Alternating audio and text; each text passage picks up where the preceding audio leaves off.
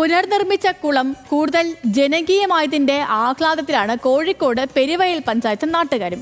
ഉപയോഗശൂന്യമായ ഒരു പൊതുകുളമായിരുന്നു. അതിനെ അങ്ങനെ നവീകരിച്ചതോടെ ദിവസേന ഇപ്പോൾ ആ കുളത്തിൽ കുളിക്കാനും അതുപോലെ നീന്തൽ പഠിക്കാനും ഒക്കെ ഒത്തിരി പേരെത്തുന്നുണ്ട്. അപ്പോൾ നമുക്ക് അവിടുത്തെ കാഴ്ചകൾ കാണാം.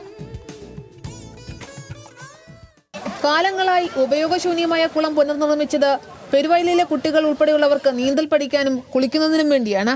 പെരുവയൽ അങ്ങാടിയോട് ചേർന്നുള്ള പൊതുകുളം നവീകരിച്ചതോടെ വലിയ സ്വീകാര്യതയാണ് ഇതിന് ലഭിച്ചത്.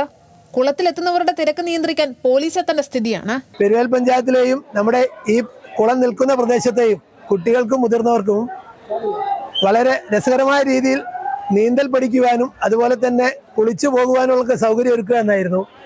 ഇപ്പോഴുള്ള ഒരു കാഴ്ച വളരെ ദൂരങ്ങളിൽ നിന്ന് പോലും കുട്ടികളും മുതിർന്നവരും ഒരുപോലെ ആനന്ദിക്കുന്ന ഒരു കാഴ്ചയാണ് നമ്മളിവിടെ കാണുന്നത്. ഒഴിവ് ദിവസങ്ങളിൽ കുളത്തിലിറങ്ങാൻ നീണ്ട ക്യൂ ആണുള്ളത്. കൊച്ചുകുട്ടികളുമായാണ് പലരും കുളത്തിലെത്തുന്നത്. ലഹരിയിലേക്ക് പുതുതലമുറ വഴുതി വീഴാതിരിക്കാൻ പെരുവയൽ കുളത്തിലേക്ക് എത്തൂ എന്നാണ് നാട്ടുകാർ പറയുന്നത്. നീന്തൽ ദൃശ്യങ്ങൾ സോഷ്യൽ മീഡിയയിൽ ഇട്ടതോടെ പെരുവയലിലെ പൊതുകുളം പ്രശസ്തമായി. ഈ ലഹരിക്കൊക്കെ എതിരെ പോകുന്നതിനേക്കാൾ ഏറ്റവും നല്ലത് ലഹരി ആവണം ഇതുപോലത്തെ കളിസ്ഥലങ്ങളോടും കളിക്കുളങ്ങളോടൊക്കെ. ഇതൊക്കെ മാക്സിമം എന്താക്കി എല്ലാവരും സംരക്ഷിക്കുക. എല്ലാ നാട്ടിലും ചുരുങ്ങിയൊരു കുളം വേണം. അപ്പോൾ ഞങ്ങൾ പുതിയ പാലത്ത് നിന്ന് വരാണ്. ഞങ്ങൾ അത്രയും ദൂരം സഞ്ചരിച്ചിട്ടാണ് ഒരു കുളത്തിലേക്ക് തന്നെ വരുന്നത്. ഇപ്പം എല്ലാ നാട്ടിലും ഉണ്ടെങ്കിൽ യുവാക്കളൊക്കെ ഒഴിവ് സമയങ്ങൾ ഇവിടെ ഉണ്ടാവും.